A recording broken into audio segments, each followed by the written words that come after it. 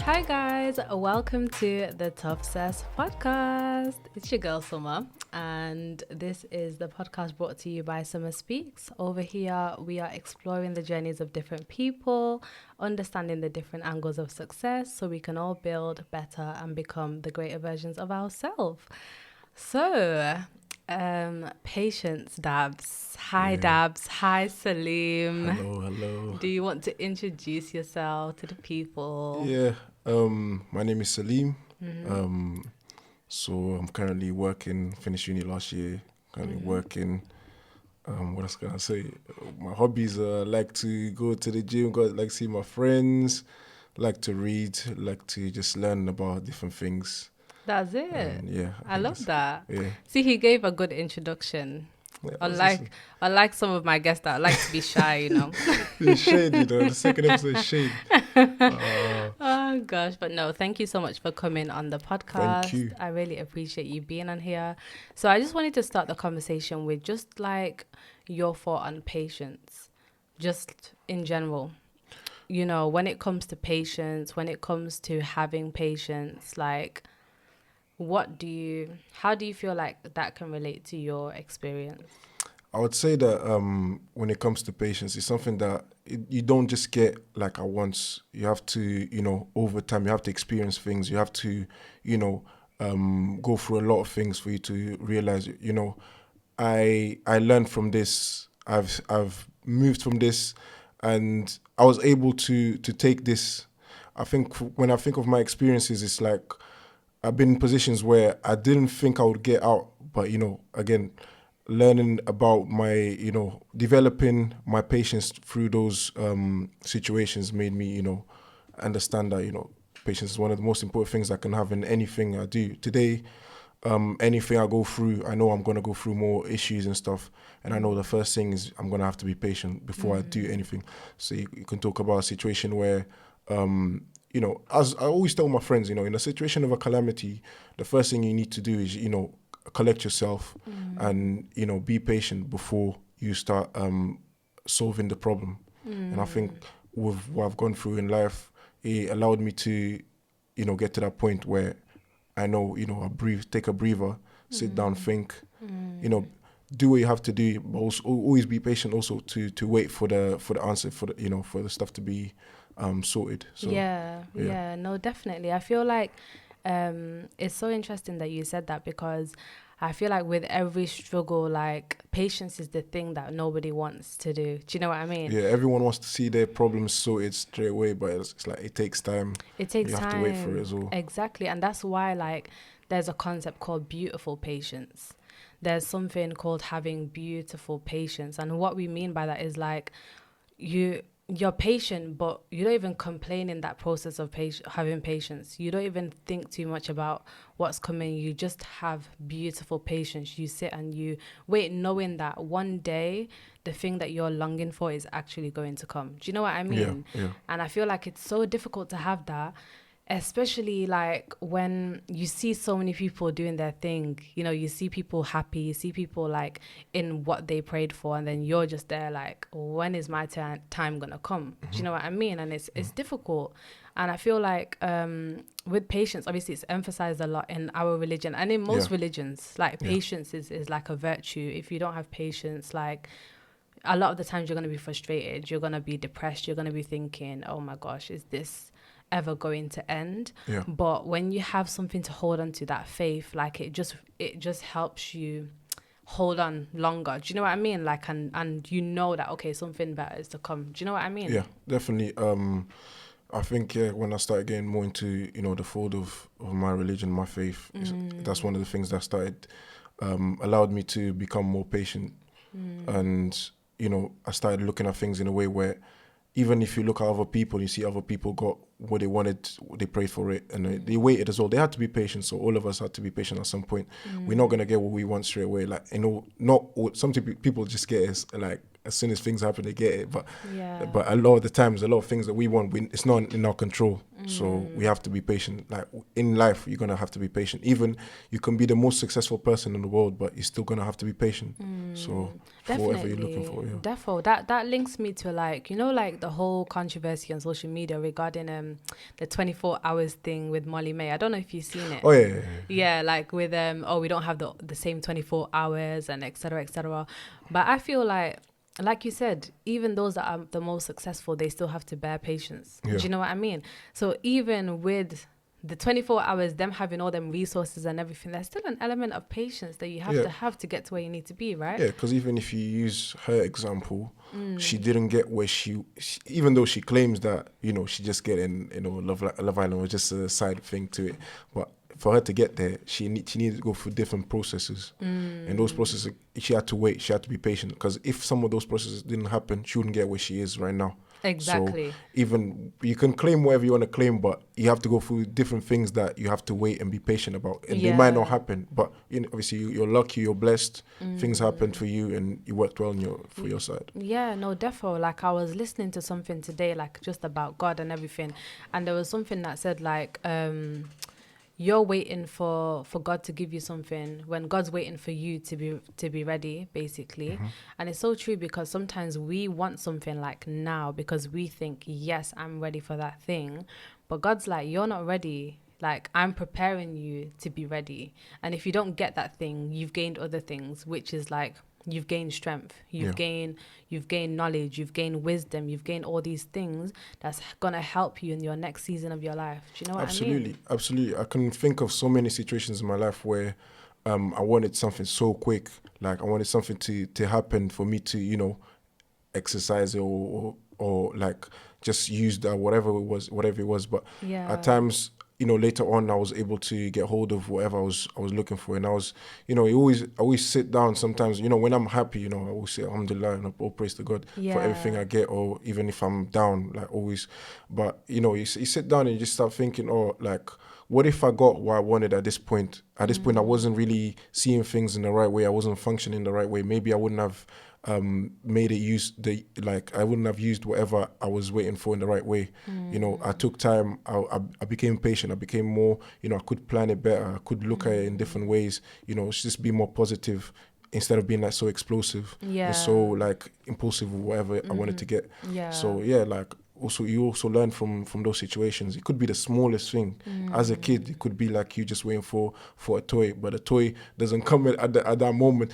I think even it doesn't need to, obviously I'm not going to say, oh yeah, I was 6 years old and I was thinking, I was exercising patience. But like at an age when I'm maybe 12, I would sit down and think sometimes, you know, be like, oh, what if it wouldn't be like as deep as it would be now, but I can go back and think about those situations. What if? Definitely, defo. I always see it as like, imagine you had like a lottery, you won the lottery at 16. What would you do with that money then? 16. Do you know what I mean? Because you wouldn't even know like what to do with it. You'll be confused. That's why like things come at the timing that they do. Do you get what I'm saying? Yeah. Because maybe if you get it early, you might not be able to handle it.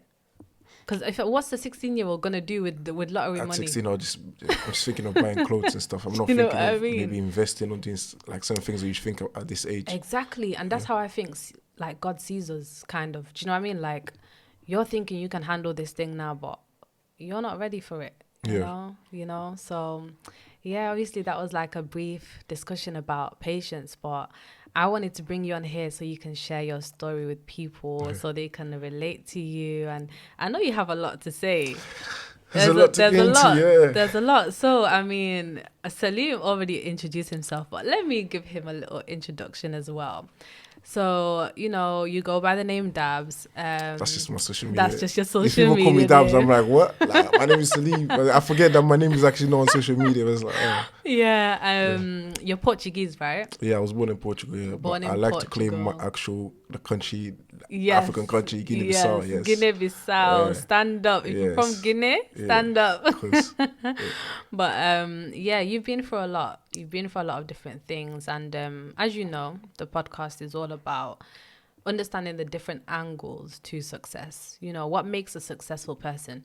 You know, you can look at anything and you can look at someone that's got money and think they're successful, but someone that doesn't have money might also be successful.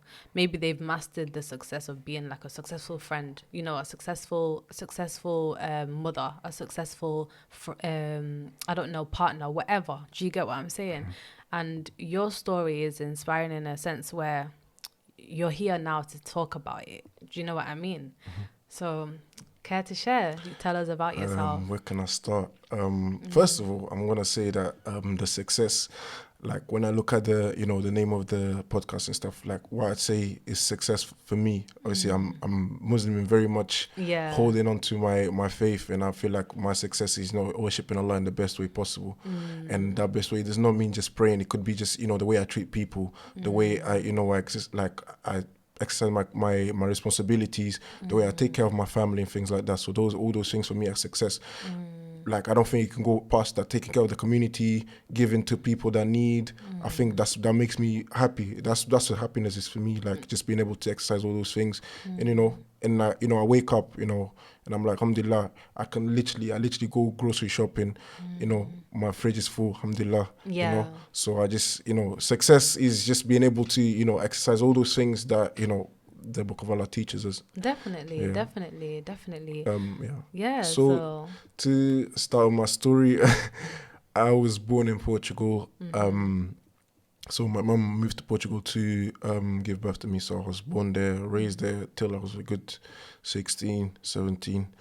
Living in Portugal was a bit rough because obviously being kind of within the poor families, mum had to just do the work herself. Had to work her ass off to. Sorry, I don't know if I meant to say. No, it's calm. Don't worry. To get food on the table. I remember the nights where she'd get me and my sister food, and sometimes she wouldn't eat herself.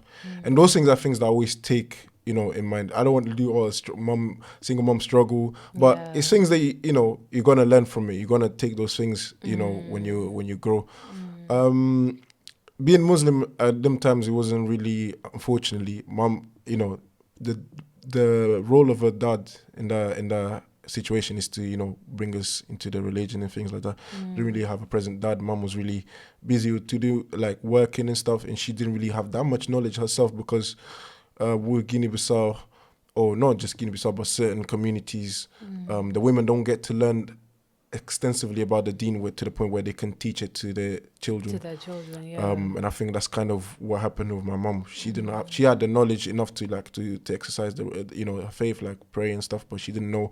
She couldn't sit down and tell me stories about Prophet Sallallahu Alaihi Wasallam, or it was the prophets and stuff. So I when I look back, it's like I kind of didn't have that, but I can say I had a very happy childhood. Like I had like a lot of friends around. I used to be actively playing sports.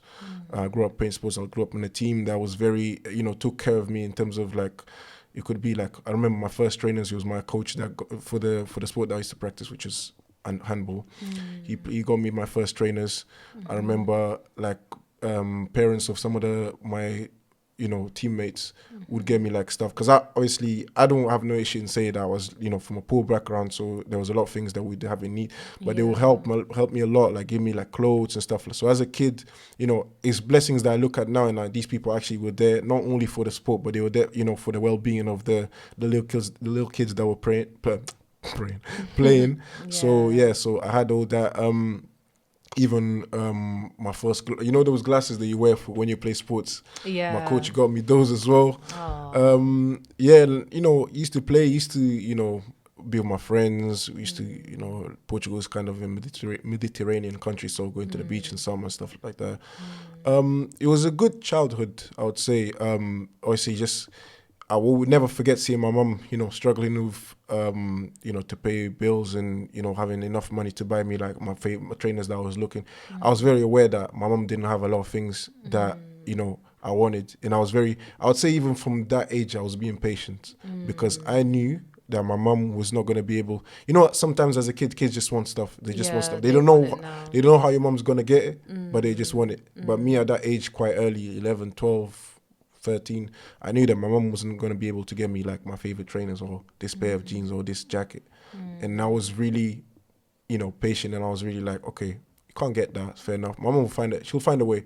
Alhamdulillah, my mum always found a way to get me stuff. Like, I can't say I didn't have any. Like, I had the clothes, I had the food, you know, I was fine. Yeah. And I was grateful for that. I was not really that kid that's gonna like complain about everything. Oh, I don't have this, don't have that. I was aware of the situation. I was aware of like where we were in the society, and you know, and I was, you know, just letting my mum do what she had to do, and just, you know, helping her as much as I could. Yeah, from there, closer to when I was 15, first, it was the first time my mum actually approached me she wanted me to move to the UK for me to stay with my uncle and auntie to, you know, UK had more opportunities, so studying and stuff like that. But it never happened. So 2 years, not 2 years later, the next year when I was 16, I was turning 17. So this is when I moved to the UK. So I moved to my uncle's and auntie's house, and I was gonna stay with them and, you know, study and just, you know, make up use the opportunities that they gave here. So I came. You know, it's hard when you've lived with your mum your whole life, and now you're living with people that you don't really know like that. Because it was my mum's sister, little sister. She basically raised her, so she had a little gap with her, so like age gap. So she raised her when she was younger. So it's like, yeah, I'm living with my auntie, my uncle, cool. What's life like when I was there for the first month? I was like, oh yeah, this is cool, different place, things work differently and stuff, but. Quickly, I started to miss Portugal. I started to miss my friends. I started to miss the sport that I used to play, because in the UK it's not really famous or like practiced like that. So I knew, like, coming here, I'm not really going to get to join a team and just continue, because I actually wanted to be like professional in that sport. Oh, so what sport was it? Handball. Handball, okay. Yeah, that's so cool. I was really passionate about the sport, and I knew that here it wasn't really going to happen. Yeah. So, you know, I had to just, you know, I was like, now 17, now I was thinking, you know what, you have to just take the chance. A lot of kids come to the UK, they don't really care about what they're doing. Your parents have been moving from country to country. They want you to be successful. They're doing this for you. Yeah, so, you know what, let me focus, like, get my studies right, be in the right path as much as possible, and, you know, just be successful. Yeah. So I did my GCSEs, then I entered sixth form. Alhamdulillah, did my sixth form, did everything well. Then I went to uni. I think the biggest struggles during my time, this is, by the way, I didn't even say this. I came to the UK and I was living in Cardiff, which is in Wales, South Wales. Oh gosh, so I was that must have been a culture shock. Yeah, it was completely different. Like, yeah, like UK and Portugal are completely different. So, for example, going to school, you have to use uniform and stuff. In Portugal, you don't really use uniform. You never, unless you go to like private school with the rich kids. But it's not like the UK the way they do it. Yeah. So coming here, like, obviously I had to get used to a language. My English was decent around those times, because I was like, you know, watching movies, PlayStation and stuff. So you just learn from there. When you're from another country, you just learn from those things. And English is quite universal. Yeah. So I had to get used to the language. And now, not only do I have to get used to the language, I have to get used to the accent, the Welsh accent, which was a bit mad. Yeah, it was very hard to understand as well. So I was like, okay, how are we gonna do this? But yeah, so I started, you know, I remember English, I was gonna do the GCSE higher tier, even though I thought, you know what, like, why am I doing higher tier, like, my first year here? But I used to take a lot of time on reading, just, you know, writing a lot, you know, watching stuff in English, like changing my phone, my laptop, everything put in English, so I could learn as fast as possible, so I could get to the point where I can actually write and, you know, speak fluently and stuff. Cool. So when you came, did you not know any English at all? No, I knew English. I could, like, it's when you can speak two languages, it's like you've been used to speaking Portuguese your whole life. You now come and it's like people are talking to you, but I have to listen to what they say, translate it, translate what they said, then think of what I'm gonna say, then translate it, then say it. So it's like, it's a bit slow. It's not like automatic. You can listen to something and just respond. So I had to get used to that, but I understood English, if that makes sense. I understood and I was able to speak it, but I was just very slow. Just, you know, you have to get used to that. So yeah, did that, and then I did my GCSEs and stuff. All went well. You know, I think I used to be a kid, even back in Portugal. I used to be a kid that my mum just knew. My mum told me, yeah, just pay attention in school. You just do your thing in school. I was like, yeah, cool. Like, I'll go out, do whatever, play with my friends. But when it came to school, I would sit down, study, do what I had to do. Like, I knew that I don't like to be doing something I don't know what's going on. I need to do it properly, and also to make my mom proud. Those were big wins for her. She would get really happy, like seeing my exams coming like with really good results, and she'd like be really happy. And just seeing that from very young, it's always something that seeing my mom happy, because knowing that life was life in it. Yeah. So seeing her happy, seeing me reaching stuff, making her happy, like was really big for me. Yeah. So you'd still be in communication with her during this time, like with your auntie and uncle and everything. So I moved to obviously Cardiff. My mum moved from Portugal to Paris, because basically we left Portugal as it was a place that was not really helpful for people that are from poorer backgrounds. A lot of people will resonate with this. Yeah. If they're from Portugal, you left. Your parents left for a reason, for the same reason. Yeah. So I would speak to my mum. Yeah. So she was in France with my sister, and she was living with a cousin or something. So I'd speak to her, whatever, etc. And then first issue was when I finished my GCSEs. So now I'm at the end of the year. I had a few issues with my uncle and auntie.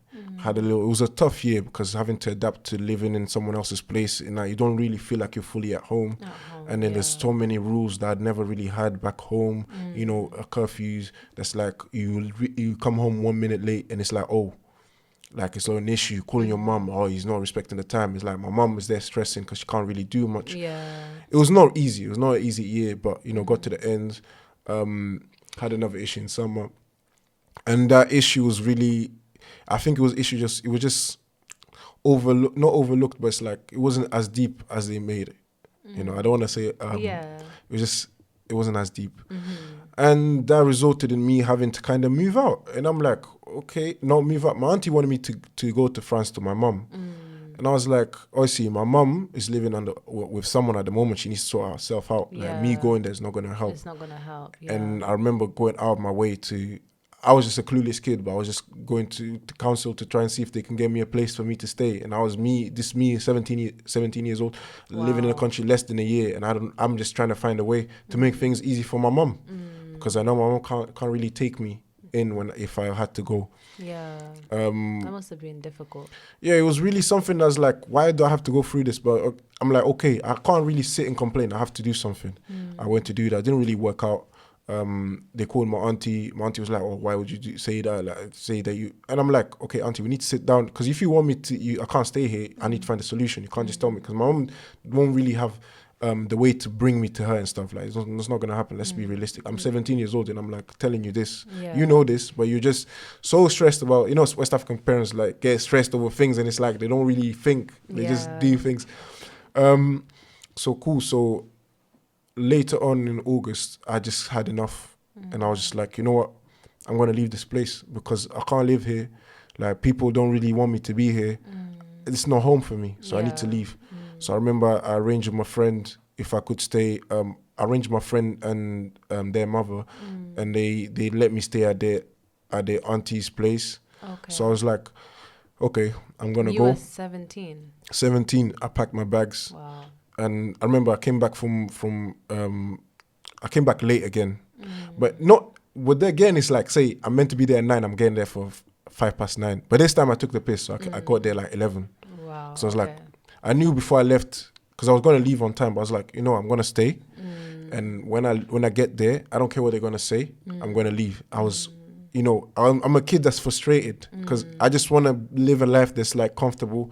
I don't think I'm doing anything wrong. I'm literally, studying, doing the tasks that I need to go at home, like help at home, cleaning, all those things. I'm doing it. I'm, helping my auntie when it comes to groceries and stuff. So why do they see me as such a problematic kid? I wasn't.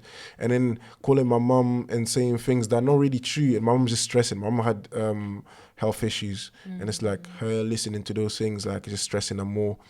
And I'm like, you know what, let me find my way. Yeah.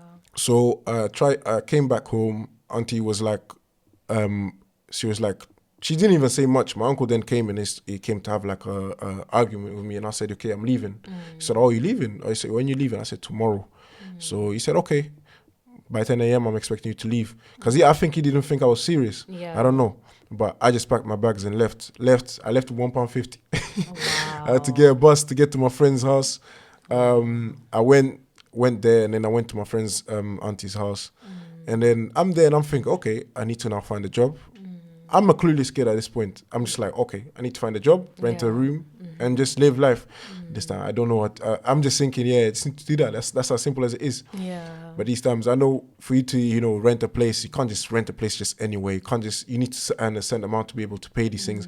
But I'm thinking, and these times, I'm literally about to start sixth form. So it's like, Wow. I started, by the Very way, transitional period. yeah, by the way, I started sixth form when I was 18, because this transition, I was 17 turning 18. Right, So my birthday was like 3 days later. Wow. I left like 3 days before my birthday. Wow. And I just started, obviously, for people that are going to be like, why this guy 18 started in sixth form, is because I just came to the country later. Oh, okay, yeah, basically. Because I had to do my GCSEs when I was like, I was 17 doing GCSEs. So because you had to get the qualifications. Anyways, so I left. I went to my friend's auntie's house, and I'm like, okay, I need to sort myself out. I need to go to the library, job center. I'm just thinking, they're just throwing ideas to me, and I'm like, okay, I need to do this, and that. But then I'm finding out that my friend's auntie is saying, oh, you have to leave by the end of the month because my son is gonna come back. And I'm thinking, wait, you thought I was gonna get a job and move out in 3 weeks? Wow. I didn't tell her that, but in my head I'm like, oh my god, and I can't really complain because they're already doing me a favor, and I'm like, cool. Yeah. So I had to go. So you left one situation to then enter another situation. And I'm like, rah, cool. So then, I now had to move to my friend's place. So her mom was really nice. Let me stay, just share the room with the brother and stuff. Cool. Yeah. And now I'm starting sixth form. It was really, though that first semester was really, really hard because I am now under someone else's house. They have their children. I can't really expect them to take care of me like I'm one of their children. They're really doing me a favor. Yeah. I'm not working at that point. So it's like, I remember it was really hard, like sometimes going to sixth form because I didn't have I'd have like £1 for the bus. Like the mom would dash, because the mom was not really rich herself. So it's like she's also struggling with her kids. So I'm not expecting her to just dash me. She was doing me a favor anyways, but she would give me what she could. £1 to get the bus to. There was a bus that was £1 that would get me to college. I was like, cool. Sometimes I have to walk like an hour and something to get to college. Would walk back most times because all the people in college, everyone would just walk back. So it would be like everyone just chatting and stuff. So that would be calm. Yeah. But to go in the morning, having to walk all that, sometimes in sixth form, not really having money to buy lunch, having to ask. There's not something that obviously at that time you're like, there's no other way. I have to do this way. So if I want to eat, otherwise I'm gonna starve the whole day. So it was hard, but again, being patient, I had to be patient and just do what I had to do. Sometimes, astaghfirullah, may Allah forgive me. Yeah. I had to steal the lunch from the canteen sometimes just so I could eat. Like it was really like that. But every time I spoke to my mom, I'll be like, no, everything's fine and stuff. I don't want to stress my mom. My mom is doing in her own fight in another country. She can't do much. She can't help me because she's going through difficulties. Yeah. And it's did like, you have any siblings, by the way? I have like a half brother, but I didn't know him by then. Oh, okay. And so he's, you're like, your younger than mom's me only anyways. child, kind of. And I have like a little sister. Oh, okay. But obviously okay. she's little. She can't do anything. She's still my mom. She went with my Yeah. mom to France with my mom. Yeah. Oh, okay. So now I'm going through these things, these calamities. Alhamdulillah, 1 month, 2 months later, I got a job with I had my friends. I had really good friends in sixth form. Everyone wanted to see everyone going up. So so in terms of money, jobs and stuff, we'd all help each other looking. Yeah. So we found out everyone went to this recruiting agency. Everyone just went to work. Oh, okay. It was just those agencies that you go work and you do work as a waiter and stuff, depending on the like match day. Yeah, stuff yeah, like that. Yeah. yeah. So we all went. I remember we went together. It was like 10, 15 of us all going, like signing up. It was nice. Yeah. So I look at those moments and I'm like, okay, I was going through things and stuff, difficulties and that. But you look at those moments, like moments, it's nice because everyone just wants to help everyone and everyone's just happy. Each And other, yeah. So that's when I got like my first job was just like, agency work and stuff. wasn't really paying a lot because it was like a quick shift, 4 hours. You get paid Yeah. like what, £7 an hour. So you're like Yeah. £28. You're I just like, okay, what am I know. gonna? But it's something. It's a It's start. something, yeah. So I was doing that, and obviously towards Christmas, there's more shifts. Anyone that worked in those type of agencies, you probably Oh, know that trust your me, I've Christmas, you been got there. Yeah. bare work. And when I was living at a friend's house, I had to leave at some point again. Now another change. Third Because place now. third place because they were moving to a new place, so you can't really move with them Live because with council them. house, blah, blah, you can't really take people that are not part of the family, blah, blah. Yeah. You know, mom explained me. I was like, cool.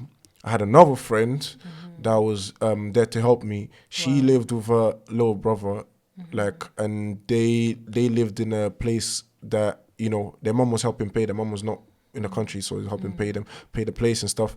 And Okay. you know, they already had their cousin there, which shouldn't be there. So having me there is like, even because if they were to be clocked, it would have been like, oh, they had to leave.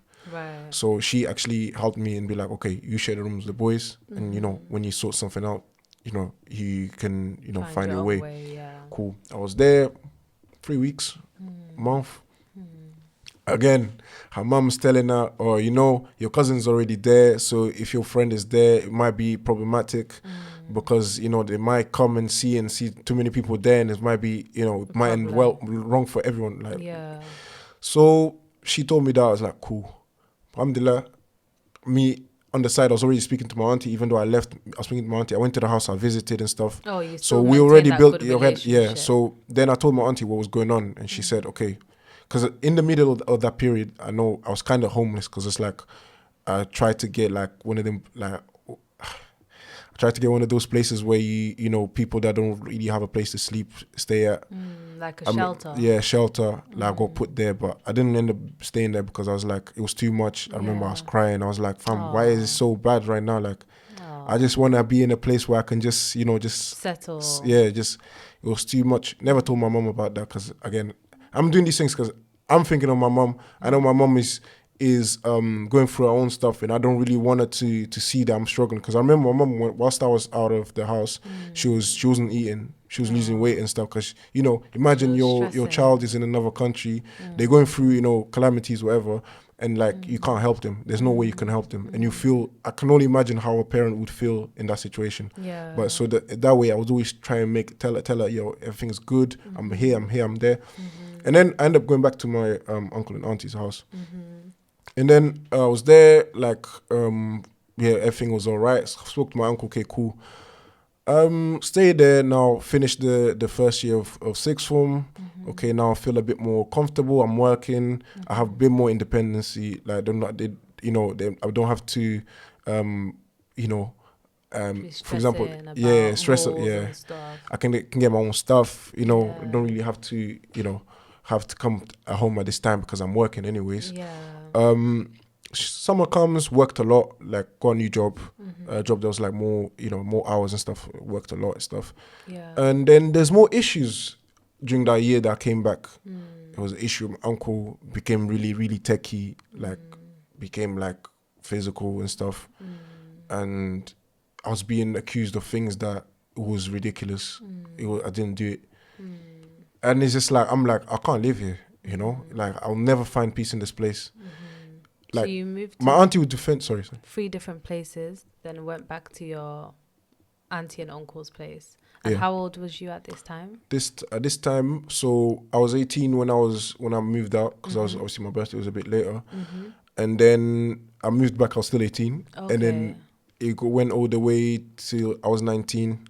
So I turned 19, and I was still issues and stuff, but I was still there. Started the second year of college, there, sixth form there. So now this year is now important because I need to do my personal statement. I'm going to uni, etc., etc. Now it comes to the end of the year. They were traveling, so like I had to kind of find a place to stay because my uncle didn't want us to stay at home because he thought we were gonna bring girls and things like that. Oh, you know. Yeah. So I had to find a place to stay. I stayed. Had a friend that had their stepfather, like they had a room that they didn't really use. So I just stayed there. I was just paying the rent for the time I was there. Yeah. Weird situation. Someone listening to this, I'm like, why did you have to leave the house? Weird situation. I know. Yeah. Every time tell people about this, it's like so much gymnastics just for me to be able to stay in a place. Imagine why am I paying rent? I'm paying rent for 3 weeks just to be able to have a bed to sleep. It's like crazy. It's crazy. Yeah. So then they came back from they went to Africa, they went to Guinea. They came back, and then also a few issues of social care and stuff. I couldn't come back. I wasn't given an explanation. I just couldn't come back, and I'm like.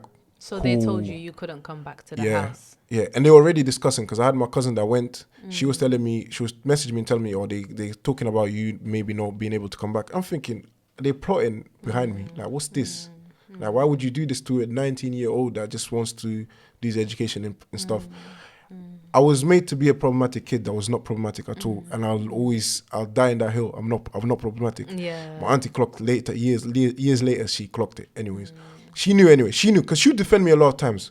But ultimately, uncle being the man of the house, whatever, if something happens and he's like right, just a little bit right, auntie's gonna go behind. That's her husband. Yeah. Cool, do that. So why do you? Sorry to cut you off here. Okay.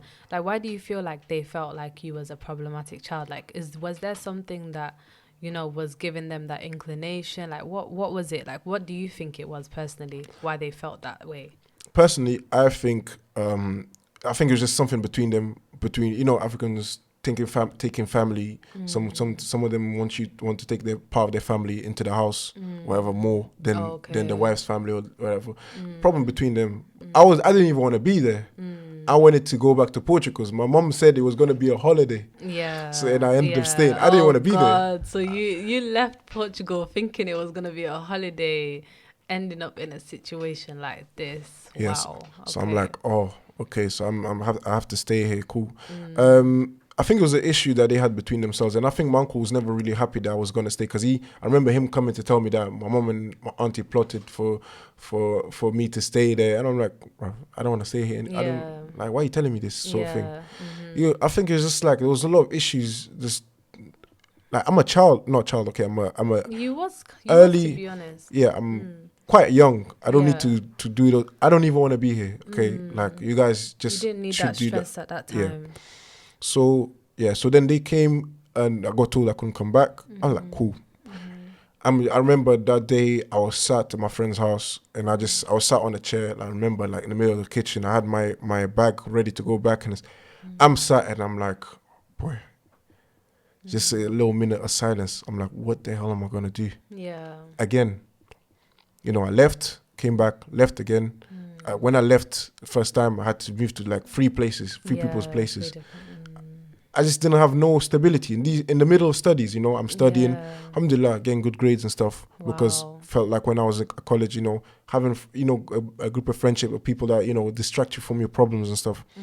You're just happy when you're not. But when it's time to go home, it's like sad again because like I have to think about my issues and stuff. And I feel like at that age, you don't have to go through those things. Yeah, of course. Of course, there are people that have that stability at that age. Like they're not even worrying about like. At least that's the least of their problems, where they're going to sleep. Do you know what I mean? That's why it's so important to be grateful because sometimes you're worrying about little things, but you don't even look at the little things that you have, like, having a place over your head, having food, like the basics, you know what I mean? That you was struggling with at that time. Yeah, so it was like, I was like, I remember I put I just held my face. I was like, gosh, what am I going to do? Yeah. And again, I think I was always a patient kid. I was always like, I would think through things. I wouldn't just panic and just, people like start crying and things like that. Because obviously, so it can get overwhelming. But I was just calm. I remember that actual particular moment after I took that little 1 minute of silence and just sat. I was calm. So I spoke to my friend's mom and just said, okay, this was happening and whatever. Alhamdulillah, they were really helpful. People that I owe a lot, people that always supported me when I was going through these things and stuff. They found me in the place where I stayed during the time that they were going to my uncle and auntie. They went to Africa, Guinea. I'm not American to say Africa. Yeah. There was a room in that place that was available and it was quite affordable for me. Right. So I was like, okay. I went there, spoke to the people at the house and I thought, yeah, cool. Stayed there. Alhamdulillah. Now I have a place to stay. Yeah. And they're very understanding. They understand my situation and stuff. They made it very easy for me. That's You know, good. rent really everything included, rent really, really, really cheap. Yeah. And I'm like, okay, I just need to buy food, basically. Yeah. But because it's the end of the year, you know, the agencies, they dry up. January comes, there's no shifts Yeah. and stuff. So like my money's running. And now I'm paying for my transport. I'm paying for my school meals and stuff.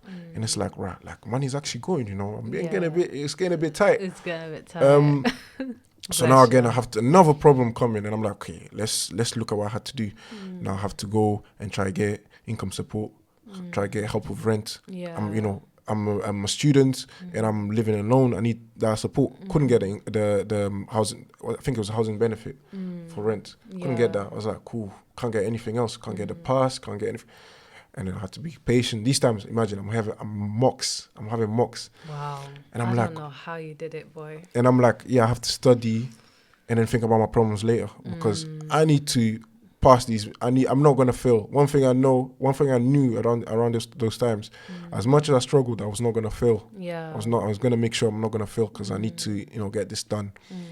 Then I went back to try and sort things out, and then another way of support is shown to me, which is income support stuff. Applied for that. Alhamdulillah, got that. Got the housing benefit. Got the free meals.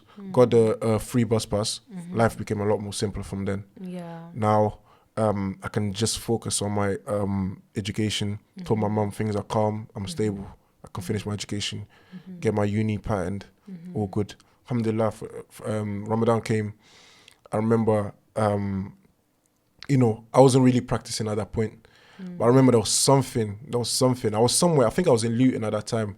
There was something in me. There was like something pushing me to just, you know, go fast, do Ramadan in it, start praying and stuff. Yeah. Even though things were that's what I'm saying. Things were good for me, but something pushed me to, you know. And then I went, you know, fasted, whatever. It felt good. Fasting through exams and stuff. I thought, because at that time I had those, you know, those people that have those thing. Oh, I can't fast through exams. Yeah. I can't do this. I can't do that. Like. I always tell people like there's no obviously I know there's no excuse. There's literally no excuse, and it's something like if it's about your faith, you know, and it's not about just starving. Starving, like not eating is the least of it, as you know, probably people that hear Muslims saying like all the time, and it's true. That's the least of it. Finished the exams. Ramadan was good. Felt at peace. Felt more at peace. Uni patterned. Results came. Got my uni. Got my accommodation sorted. Now. My letter for student finance and stuff got sent to my uncle's place. Oh, God. So before I went to uni, now I had to go there one last time. Yeah. And I'm like, I have to go there. Went there. Now I'm like, okay. I'm someone I told him, I'm not angry with you lot. I'm not, you know, I'm not going to hold grudges. It's like, what you lot did what you had to do. They explained to me that my uncle's daughter left.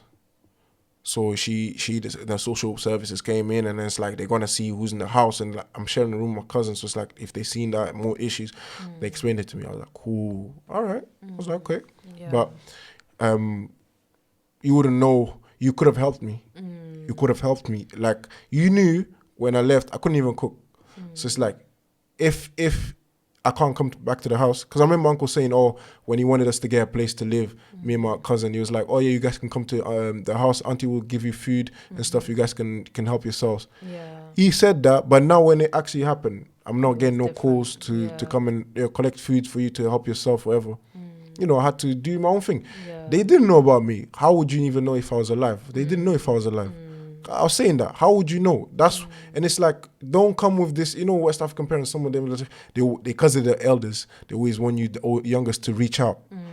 I'm like, nah, I didn't do that, innit? Yeah. I didn't reach out. He was saying, oh, even if you have issues with me, you could reach out to your auntie. I'm like, no one cared for me, man. Like, why would I do that? Like, I don't really, and I said, I don't really feel no rage against you lot. Like, what happened now. Let me get my letter. It is, yeah, basically. I said what I had to say, got my letter, left. Uni started. Yeah. And, you know, sitting down at uni thinking, okay, moving to a new place. This is my new reality, you know, moved to a place. Now I got uni. Yeah. Next step. But it's like, it's mad that I had to do this next step, like, all by myself. No support. Yeah. I was like, if I can do that. Most of the time, people go to uni with their parents, like their parents helping them, or like family members, but you did all of that by yourself. Yeah, my friend helped me move into uni. Shout out to my boy Sam, because he's like one of my best friends, like really supportive, always there for me. Yeah. And he helped me. He drove me to uni basically. So it's like something that maybe your parents, so an average person, their parents are gonna do. Helped me there, helped me. He stayed there a few days for me to get used to the place and stuff. You get into a new space and like new city again, different people. It's like you have to get used to things. But yeah, helped me. Like shout out to him, my boy. That. And then uni started. Went through uni. Things happen at uni. That's like you just learn from it. You learn from a lot of things that you go through at uni, and you just start growing. I feel like people sometimes undervalue the experience of being at uni. I think you learn about yourself. You learn about, a lot of people start their businesses. A lot of people just grow, just as people. Themselves. A lot of people find, the love of their lives. Some people find friends that they take to the rest of their lives. Some people network a lot just from being at uni. Don't even do their degree, but network and start something else. There's a lot of paths that you can go just being at uni. I'm not saying everyone go at uni, because you don't have to. Yeah. It depends on where you study, but think about that first. Don't just go to uni. But yeah, I would say now, there was an emptiness, even though I was, grateful to be where I was. And there's like, there was a next step that I needed to take, but I still didn't know what it was. Obviously, my faith was something that I knew that I needed to work on, but I didn't think it was something I needed to be on like that, because I was just distracted by, worldly things, just, people around and stuff, and I'm not thinking about it. I'm just going through like things like, okay. I remember first year finished, I had to get a place because I was finishing accommodation. Got a place with my friend. Cool. Second year done, ACS. I was ACS president. So I was really busy with the organizing things and that. Third year comes, I did my placement. But I think it was third year that I was like, okay, there's emptiness in me. Like there's something that's missing. I'm never satisfied with nothing. And these times I was not really practicing like that. This is near lockdown, and then I was like, let me explore my identity. I'm a black Muslim man, so let me explore the Muslim bit, because obviously I've kind of been exploring the blackness and, speaking to a lot of people and reading and stuff, but I need to get more into the... And then, I got more into it, start learning the Quran, start learning about the stories and stuff, start praying like properly, understanding the prayer, understanding the power of prayer, understanding, what it is to be a Muslim, what it is to do, what I have to do. And one of the things, I remember reading a lot of things in the Quran, I was like, yeah, man, I was thinking like this. Yeah, I think like this. Yeah. So like, I've been Muslim all this time, but I just didn't know these things were actually things that, are part of it. And I remember one of the biggest things was like, just being patient and just, your time will come for things that, Allah knows that is for you. And it's like, it just made me think. I just remember like a lot of times I'll sit down, just think about everything I've been through to the point, to get to the point where I was at. And I was like, wow, like, this, I need to explore more this side, because this is more of me. Like, this brings me peace.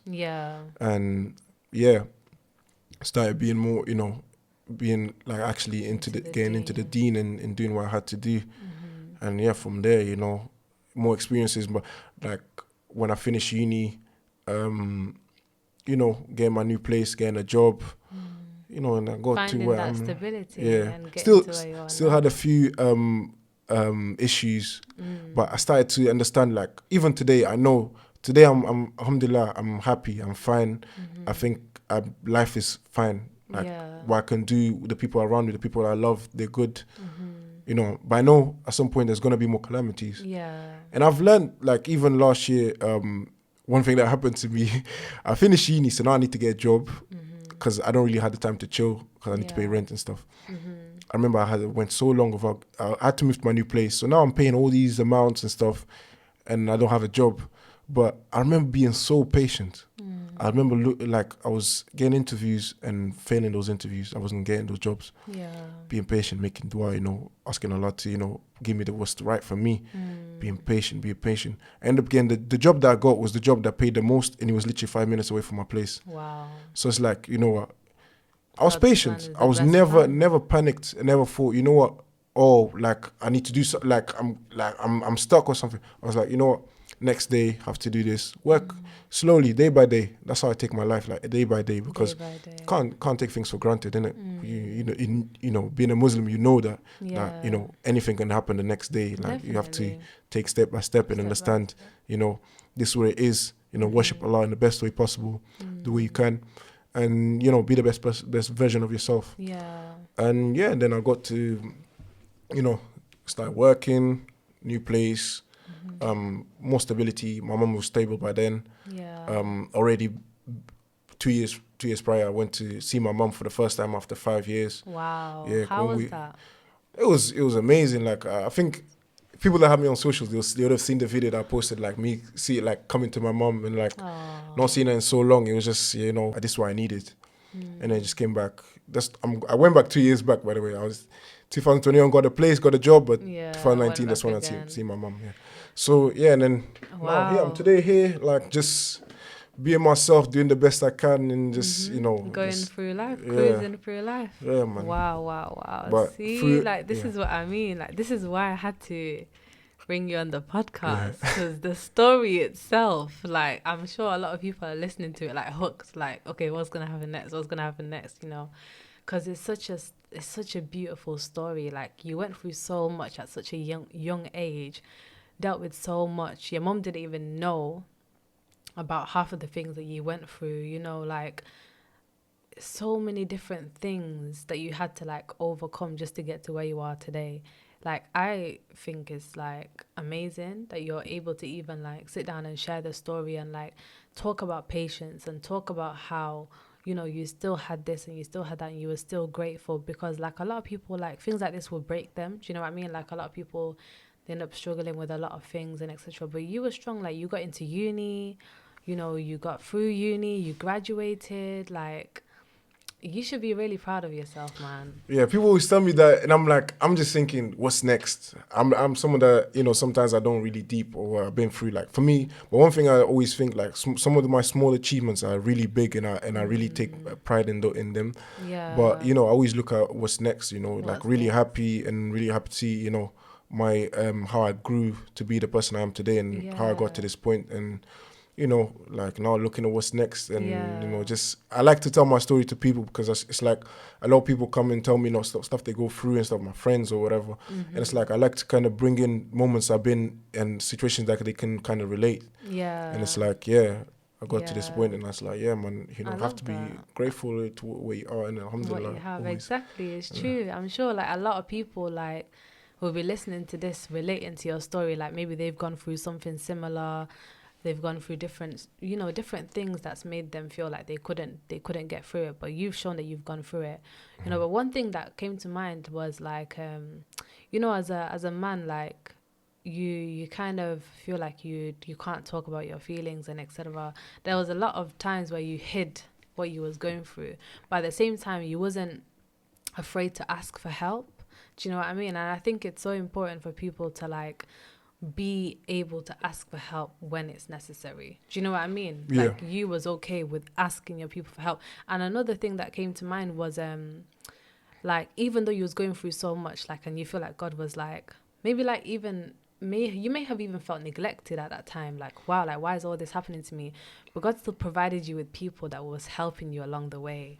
Like, Yes. do you know how beautiful that is? Yeah, it's like God placed people in my life that was like they were there to, you know, bring that joy, bring light to my life, and it's like put me in a place where I'm gonna be more comfortable, a Yeah. place where I'm gonna be, you know, to get me where I am right now. I had to go through those people that started me off. So yeah, so I always think, always grateful to those people, you know, that they came into my life and they helped me. Yeah. And it's different people. There's just people that's like, could be like the smallest thing, you know, but they put a smile on my face and stuff, or just tell me about something that I'd be, okay, oh, I can use this to do whatever. And like, yeah, it could be like through the studies, could be through just getting to sort out my, you know, finances around the times I first moved out, which was a Yeah. really big shock. Because it's like, I didn't see myself living alone at 19. I didn't, Yeah. because I used to be 12 thinking, oh yeah, by 24, yeah, I'll be living alone and stuff. But 19, I was like, 19. someone that doesn't, a kid really doesn't really know, but I had to learn through the experiences that I had, the stuff that I went through, you know, built me to be like how I am now and how I see things. Yeah. And, you know, I see those things, I look back and I'm like, you know, alhamdulillah, I went through that, because I don't think I would be the same person today. Yeah. I wouldn't be, it made me learn a lot about myself and learn a lot about certain situations and how to tackle them and how to face them as well. Yeah. Yeah, I love that. I love that. And like, considering you said, like, obviously you was always like in your faith, but you wasn't like deeply in your faith until later on. Like, how did you keep that discipline? Like, okay, even though I'm going through all this, I'm not gonna go down the bad route. I'm not gonna end up doing drugs. Yeah, Do you know what I mean? there was a time when I was first left my auntie's, and I was really, really, really thinking, like, I remember walking. I was walking through this park, and I was thinking, man, should I just? Because I knew I had access to people that's like they in this life, they're in that type of life. Yeah. And I was thinking, you know what, like, might as well just make some easy money or something I need for my livelihood. But there was always something telling me, even though I wasn't fully practicing, I knew, like, I always thought it was Allah telling me, like, you don't need to do that. You're gonna be fine. You just don't need to do that. I just felt so peaceful when I used to think that. I was like, okay, I'm in all this chaos, but it's gonna be fine. I'm like, I don't know how, but it's gonna be fine. So I don't need to do that.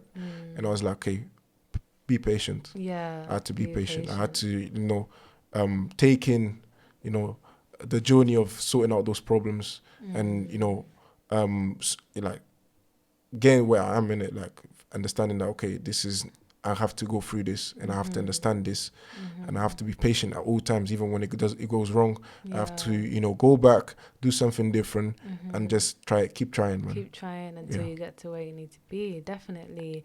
And like, would you ever share this story to your mom now? Like, yeah, over the time when me and my mom I travel to France, like, to see my mom and my sister often, and we sit down, and it's like we bring up stuff of the past. And I told my mom how many times I was receiving calls, she was receiving calls, and I was telling her that wasn't even what happened. And my mom was like, "Oh, right," like, she knows, like, more of the story. She knows what I've done. Like, she knows, and it's like, I just tell her, like, you just have to kind of leave it. Like, it's alhamdulillah, like, we're here now. We're in a better place. It's like, I'm just gonna keep doing what I do. I mean, I don't really, obviously, I even spoke to my auntie not long ago for Ramadan. I think for Eid, I called her to wish Eid Mubarak or whatever. Yeah, like, I don't have there's no hate in my heart in it, because that's just gonna stop me. It's not gonna let me, go through life and just resenting and having that resentment, like holding grudges and stuff like that. Yeah, because at the end of the day, I'm in a place where I'm very happy, I'm grateful. So I'm not really going to think, oh, the bad times are done. The bad times took me to the good times. I had to go through the bad times to get to the good times. That's right. So I got there, and it's like, okay, experience, like, qadr of Allah in it, like we say. Like, qadr of Allah means the decree of what God has written for you. Like that, like, whatever you're meant to go through, you're gonna have to go through it, and whatever's meant for you will always be for you. You know what I mean? Like, your story just speaks strength, like, patience, and that's why I had to, like, speak about patience with you, because I know, like, you had to have a lot of patience to go through these things, because a lot of people would crumble, a lot of people would end up doing other things to get money. Do you know what I mean? Like, the fact that you're, like, a young black man in the UK, you wasn't even born here, wasn't raised here, didn't even know much, and you got to where you are now. Like, it's just by the grace of God, isn't it? Man. And just you having that motivation and still having that love for your mom. Like, what's beautiful about this story? Like, throughout the whole thing, you still had that love for your mom, and you still, like, cherished her, you still respected her, you still wanted, like, to make her proud. Because a lot of people, I feel like, personally, maybe if they were in this situation, they might resent their mom a little bit, because they might be thinking, why did you leave me here? Do you know what I mean? Or, like, why didn't you take me with you? Why is it that my sister's with you, but I'm not with you? You know what I mean? But you still had that, like, love for her, which I think is so beautiful. Because how I thought of it was like, okay, my mom, I can only imagine what it is for a parent to have to send their child away, for just hoping they can start a life that's going to be good for them. So I used to sometimes one of the things I do a lot, like, with my friends, just people around me, like, when something happens, or they're upset with me, or they do something, like, I think, what if I was in their position? How would I feel? I can't imagine what it is to be a parent. and just send your kid away. Yeah. And it's like you're doing it in the hopes that they become they have success in their life. They they become a successful whatever job they want to get into. And I knew that's why the same way I knew that my mom, when she was struggling to pay stuff or buy me stuff, I knew she didn't do this. Like there was a reason she did this, and it hurt her. Like she, like I said, she lost weight when she was trying to find out about me and stuff. When she told me, like broke my heart, because I can only imagine. You can't really do. There's nothing she could do. She was just there. Yeah. So it's like I was like, okay, I knew. So I'm grateful that she made that decision, and we're in a better position now, because if she maybe kept me around her, it would have been even harder. Yeah. Maybe we wouldn't be where we are. She had to gamble, she had to gamble, send her son away and see what happens. But she had the trust. Even at that young age, she had that trust. She knew, okay, this is a wise kid that, he's intelligent and stuff, so he probably can sort it out. I'm going to have to keep calling to see if he's okay, if he's doing things properly. Because she, even today, I'm turning 25. Yeah. And she still tells me, say for example, I go to a new place, a new job place, and she's like, "Oh, make sure you're not touching stuff like." She tells me the same stuff she would tell me like 15 years ago. Don't touch people's stuff. Yeah, don't do this. It's like I find it funny sometimes. I need to laugh and be like, "Mom, please, man. Like, I'm actually an adult. Yeah, you don't need to tell me I don't need to touch things." Or she tells me the same advice she gives. So it just shows me like she has the same love, never changed. Yeah. She always says the same, even though she repeats stuff. It's like I'm like, "Mom, please." Yeah. But like it's always there. She always. And alhamdulillah, today I'm able to give it back more. I'm able to help her, myself. Yeah. And, the man that she always wanted, like the son that she always wanted to be there to, help her out as well. For me, it's just, I'm just doing what I should be doing anyways, taking care of my family, just take care of my mom and stuff. Yeah. So, it just makes me happy when, she sees me, being like becoming the person I am, becoming the man I am, and so it's just it's happy. I like to see my mom happy, like something that makes my mom happy, makes me happy. Yeah. God has blessed you with wisdom, and like He's blessed you with like a good heart, and like just understanding as well. And one thing I want to say to like African parents is that communication is so important. I feel like during this time, like your mom maintained that communication with you and let you know why she was doing the things she was doing, because a lot of like African parents, maybe they'll do things and they won't explain why they're doing it, and that's why their children start resenting them or like start having issues towards them, and etc., even though you should respect your parents and stuff. But sometimes how can you like respect something when you don't understand it? Do you know what I mean? Or like, how can you have that love for something when you don't even feel that love? You don't know whether that thing loves you or that person loves you. But your mom told you that and explained to you why she's in these situations and etc. She wasn't trying to like, kind of play off like she's strong and this and that.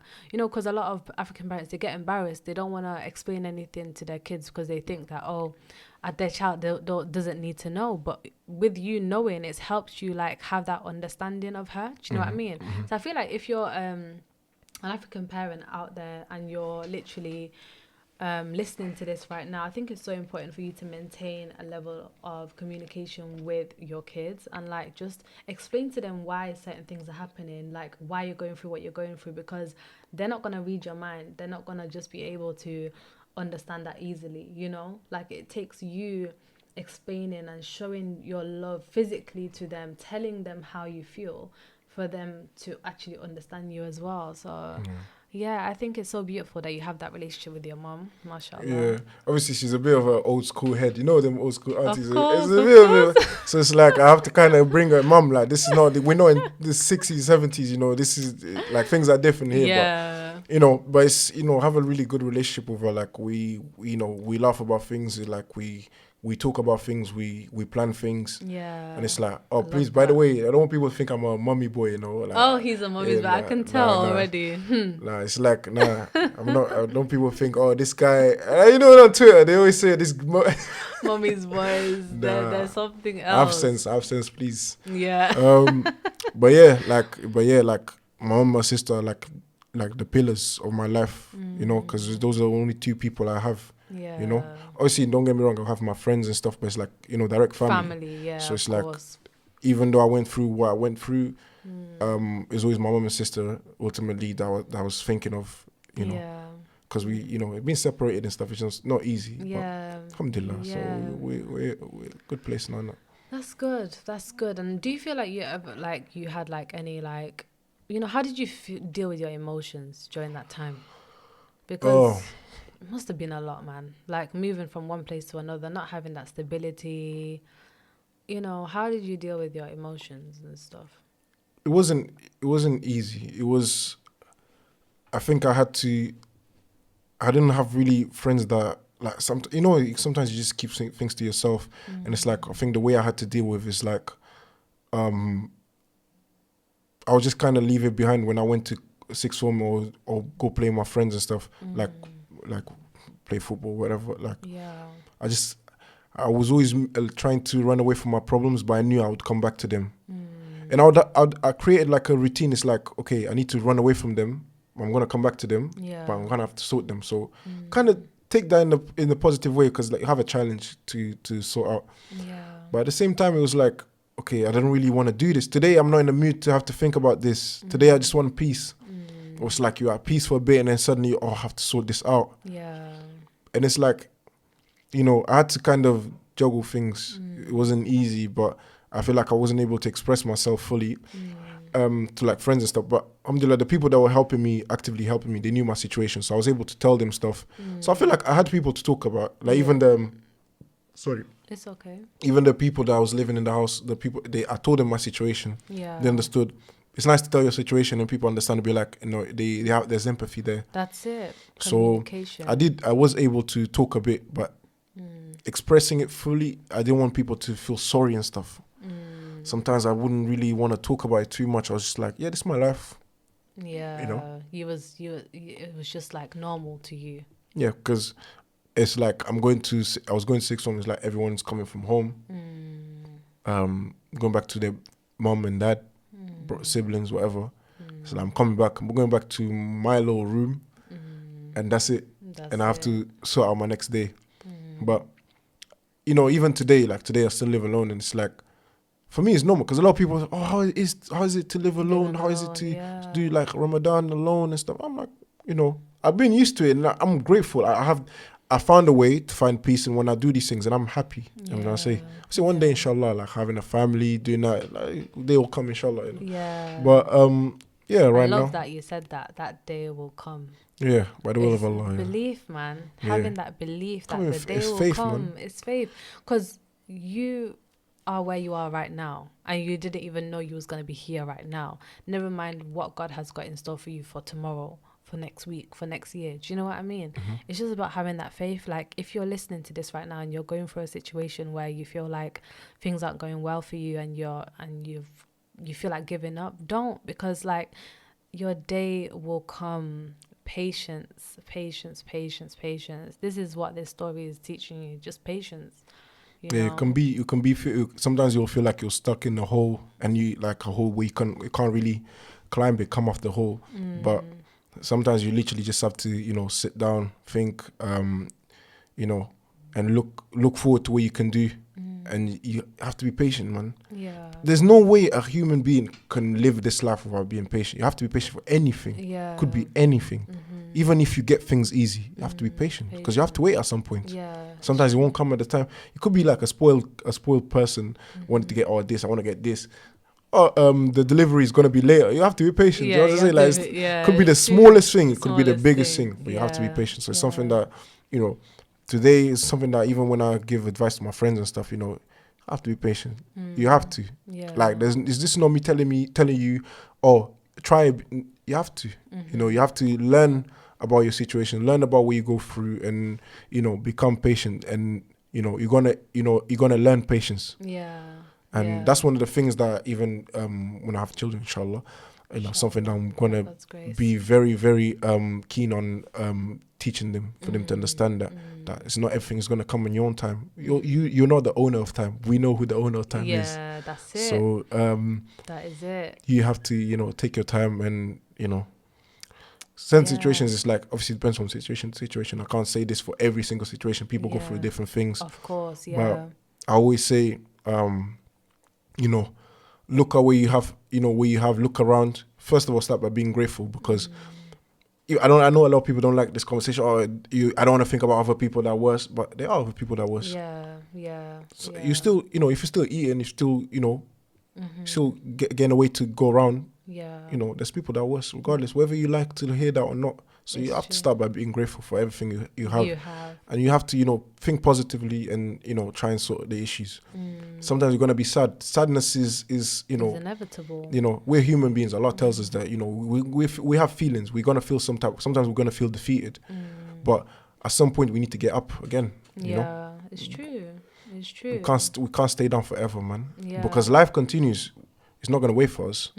So no, definitely, man, definitely. Like, your story is very, very inspirational, and like, I feel like I even need to like bring you back for like a part 2 or something. I don't mind. Because at this point, we're gonna be here forever. We're gonna be here forever. Like, but honestly, like, your story is beautiful. Your story is so inspirational. Like, a lot of people are gonna relate and take a lot of gems from what we've been speaking about today.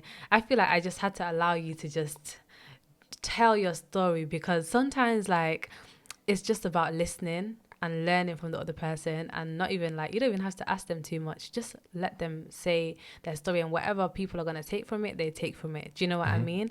And I think that's one of them episodes today, like, you just telling your story, sharing like the goodness of God as well.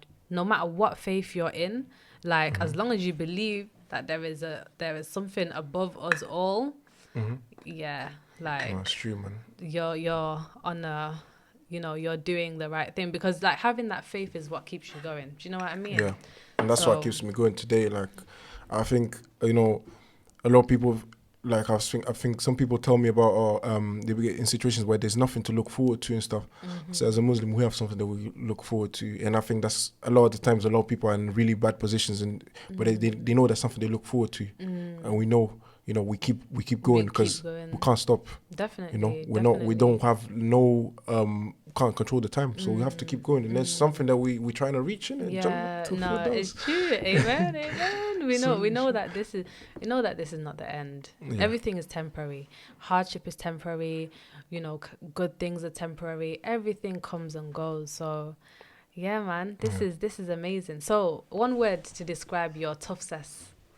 For the people that are listening, what word would you use to describe your story? Or your journey, your ToughCess? That's a good question. Relentless.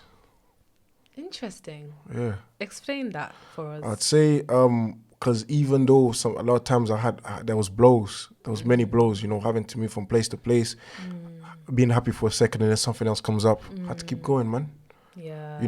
And I would just get up again and go and do what I had to do. And every time I'd sort the situation, I had to keep going. Being relentless, that's amazing. Yeah. That's amazing. Never giving up, never throwing the towel. So just having that faith and keeping going. Because if I did, I wouldn't be where I am right now. Yeah. So I had to keep going, So, like, if I want to be, same thing, for example, we're using the example of education. Never giving up. Some points I thought, but I knew in my mind, I'm not giving up, man. I came here I know education for me means a lot, even though I'm going through. But I'm not going to throw this away and then I have to do both, and I'm gonna do both. And they're relentless, man. Non-stop, man. Definitely. That's it. That is it. Oh my gosh! Like, this episode, it's gonna touch a lot of people. Thank you so much for coming on board, taking your time out to come. Honestly, guys, you came all the way from Birmingham. Yeah, on a quick trip, man. To support the thing. Honestly, I appreciate you. Honestly, and I just pray that God continues to bless you. I mean. Everything that you went through, like, it's not for no reason. There is always a light at the end of the tunnel, and you're just experiencing a little bit of it. There's more that's gonna come, inshallah. So I appreciate you coming on. I feel like we have to do a part 2. I personally, when I go to Birmingham, we can do another part 2. Definitely. I can talk for days, man. I'm open to that, definitely. Yeah, no, I appreciate you, honestly. Well, guys, that's the end of this episode. It's been an amazing one. a roller coaster as Yeah, this one's well. going back and forth as well. Yeah. But we love it, honestly, and this is ToughCess. So stay tuned for the next episode. Please let me know your thoughts in the comments section below of Dabs' story. Well, I need to stop calling you Dabs. Salim's story. Of Salim's story. And yeah, just don't forget to subscribe, like, share, and all that. Thank you for watching, guys. Thank you. Bye.